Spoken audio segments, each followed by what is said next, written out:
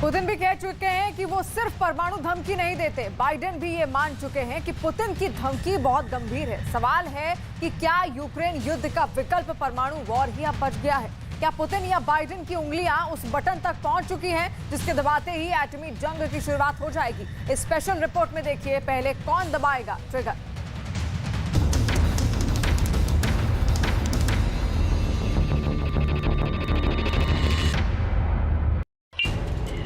Внимание, расчет, пуск!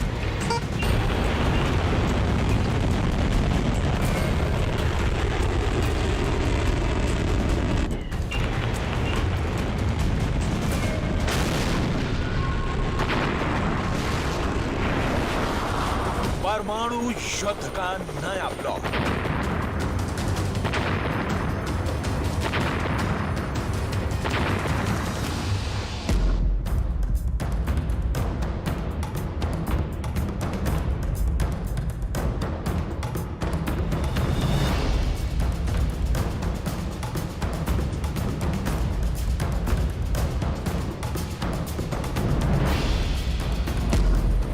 Zelensky को मिला एटमी स्टॉक।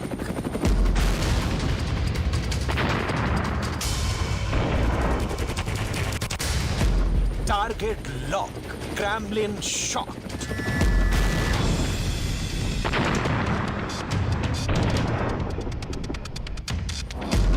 ज़ेलेंस्की को न्यूक्लियर गारंटी।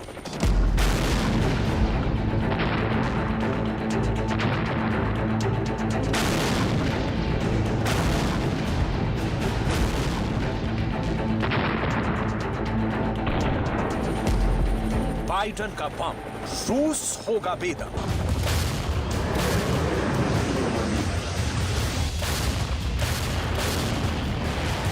यूक्रेन की जमीन पर रूसी सेना पिछले 8 महीनों से मिसाइलों से आग बरसा रही है। फाइटर जेट की गरज सुनाई दे रही है। तोपों का दम दिख रहा है। यूक्रेन के ज्यादातर शहर खंडहर हो चुके हैं।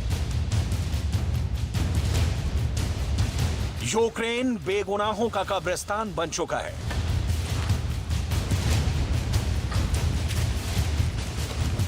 यूक्रेन का ना ही अंत दिख रहा है और ना ही युद्ध का कोई नतीजा नजर आ रहा है।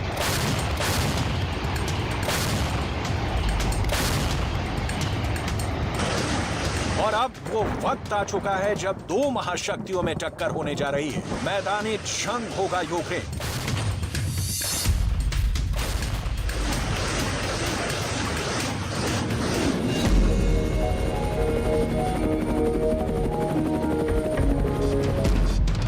वजूद के इस जंग के बीच जिसका जिक्र हर किसी की जुबान पर है वो ये कि क्या रूस अपने सबसे घातक हथियार से यूक्रेन का वजूद मिटा देगा।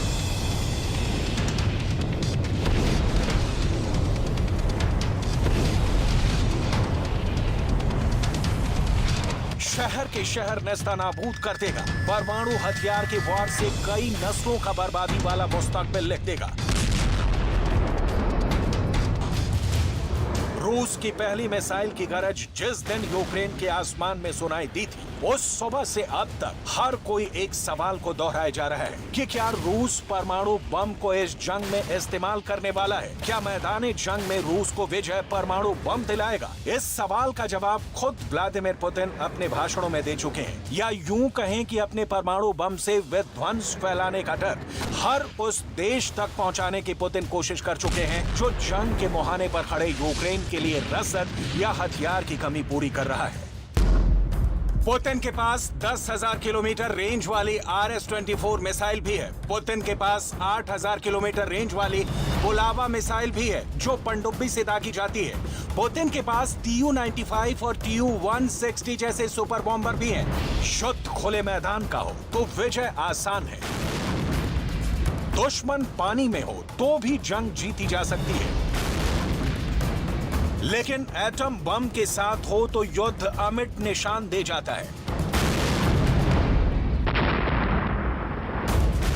यूक्रेन में सीरियल मिसाइल हमलों के बाद अब परमाणु बमों के अटैक की बात की जा रही है। पुतिन ने कई बार ये कहा है कि वो जब भी परमाणु अटैक की बात करते हैं तो वो कोई झांसा नहीं होता है। यानी पुतिन की परमाणु वाली धमकी खोखली नहीं होती। उनका परमाणु वाला ट्रेलर दुनिया देख चुकी है। उनका परमाणु बम वाला बयान पूरा नेटो बहुत गंभीरता से ले रहा है। जहां पुतिन ने एक के बाद एक मिसाइल अटैक कर यूक्रेन को थर्रा दिया था और अमेरिका के राष्ट्रपति बाइडेन यूक्रेन के साथ कंधे से कंधा मिलाकर युद्ध में साथ देने की बात कर रहे थे।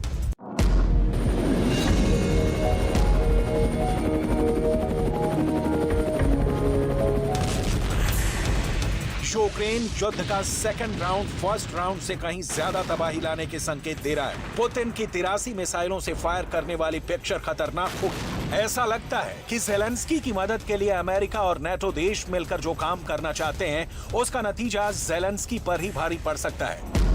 पुतिन से सीधी टक्कर लेने से बाइडेन बच रहे हैं और ज़ेलेंस्की को मोहरा बनाया जा रहा है। युद्ध के इस मुहाने पर भी रूस ने अपनी रणनीति को कहीं भी मध्यम नहीं पड़ने दिया। शुरुआत से ही रूस ज़पोरिज़िया परमाणु ऊर्जा संयंत्र पर कब्जा कर बैठा है। दक्षिण पूर्वी यूक्रेन में ज़पोरिज़िया परमाणु ऊर्जा स्टेशन यूरोप का सबसे बड़ा परमाणु ऊर्जा संयंत्र है और इसे लेकर यूक्रेन और रूस के बीच बहुत खतरनाक जंग इस वक्त भी जारी है। सवाल है कि क्या ये परमाणु प्लांट युद्ध में बचा रहेगा, जिसकी गिनती दुनिया के 10 सबसे बड़े परमाणु ऊर्जा संयंत्र के तौर पर भी की जाती है। 4 मार्च 2022 को यूक्रेन पर आक्रमण के दौरान रूसी सेना ने परमाणु और थर्मल पावर स्टेशनों पर कब्जा कर लिया था। तब से अब तक यूक्रेन और रूस ने कई बार एक दूसरे पर यूरोप के सबसे बड़े परमाणु ऊर्जा संयंत्र पर हमला करने का आरोप लगाए हैं, लेकिन इसकी तस्दीक तब तक नहीं हो पाई कि असल में हमले के लिए जिम्मेदार कौन है। लेकिन रूस ये दावा कर रहा है कि उसे अगर न्यूक्लियर प्लांट पर हमले के पक्के सबूत मिले तो यूक्रेन को अंजाम भुगतना होगा। ये अंजाम विध्वंसक होगा। मुमकिन है टैक्टिकल एटम बमों के धमाके भी शुरू हो जाए। अगर इमरजेंसी में या फिर धोखे से एटमी अटैक हुए तो यूक्रेन का क्या होगा?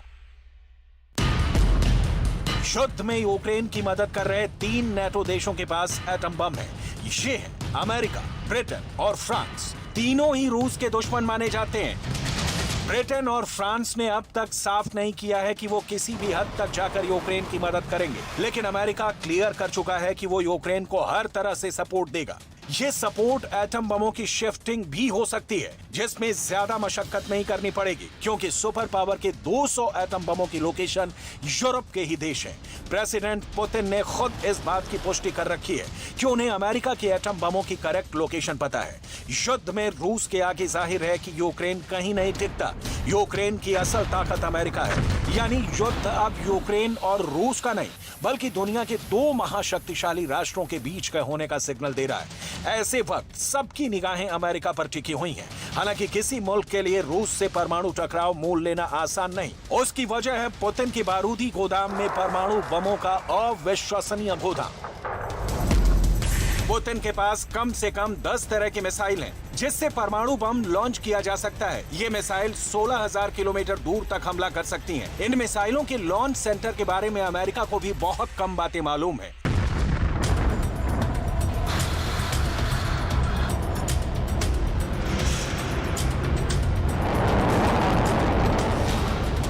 जाहिर है मैदान में उतरने से पहले जंग दिमाग में जीती जाती है। जंग में परचम लहराने के लिए जितना जरूरी होता है हथियार, उससे कहीं ज्यादा जरूरी होती है युद्ध नीति। मैदान जंग में हमला कहां से होगा, कैसे होगा, कब होगा, अगर ये तय है तो युद्ध में जीत के आसार नजर आने लगते हैं। लेकिन ये बात हुई जमीन की।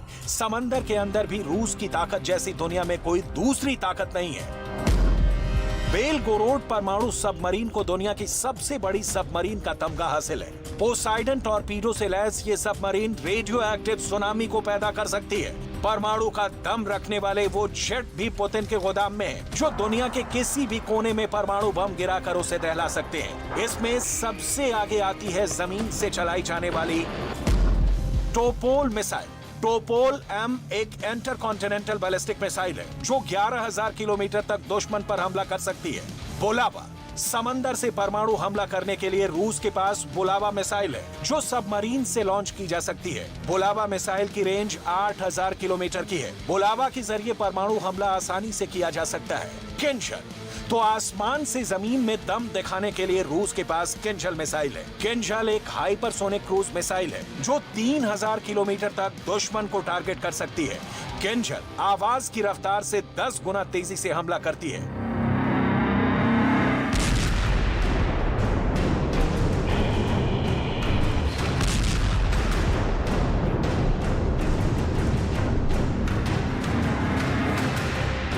क्राइमिया ब्रिज के धमाके की एक और कीमत पुतिन ने पूरे यूक्रेन को दहला कर की। ज़ेलेंस्की के हर बयान के बाद पुतिन के दिमाग में न्यूक्लियर बम वाला विकल्प मजबूती दे रहा है, लेकिन इसका जवाब ज़ेलेंस्की देने में असमर्थ है। तो जवाब अब बाइडेन देंगे और दुनिया देखेगी। वो इसलिए कि अगर जंग के इस घड़ी में रूस पराजय की ओर जरा भी झुकता हुआ दिखा तो दूसरा न्यूक्लियर अटैक होना तय है, जिसके बदले में अमेरिका का पलटवार भी तय है। परमाणु गोदाम की जमीन पर रहने वाला यूक्रेन भले ही परमाणु बम के लिहाज से शून्य हो, लेकिन अमेरिका का साथ उसे मैदान में जरूर मिल सकता है। दुनिया में जितने परमाणु हथियार हैं, उनका 85% सिर्फ रूस और अमेरिका के पास है। मतलब आंकड़ों के हिसाब से रूस के पास 5977 परमाणु हथियार हैं, तो वहीं अमेरिका के पास 5428 परमाणु हथियार हैं।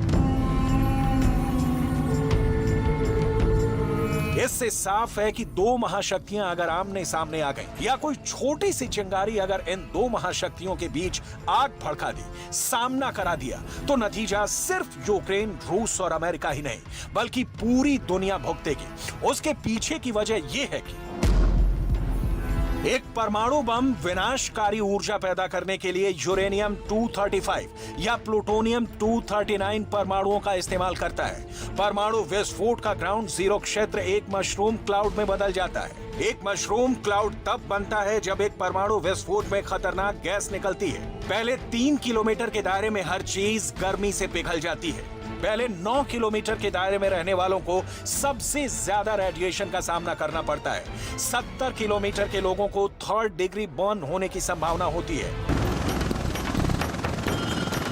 अमेरिका के दम पर भले ही यूक्रेन जंग के मैदान में हो, लेकिन हकीकत यह भी है कि परमाणु हथियारों को ज़ेलेंस्की के हाथ सौंपने का जोखिम अमेरिका मोल नहीं लेगा। रूस से एटमी इंतकाम लेने का वक्त आया भी तो ट्रिगर सुपर पावर ही दबाएगा। इसे नहीं भूलना चाहिए कि अमेरिका दुनिया का इकलौता मुल्क है जिसने परमाणु विनाश लीला से इंसानों को रूबरू करवाया है।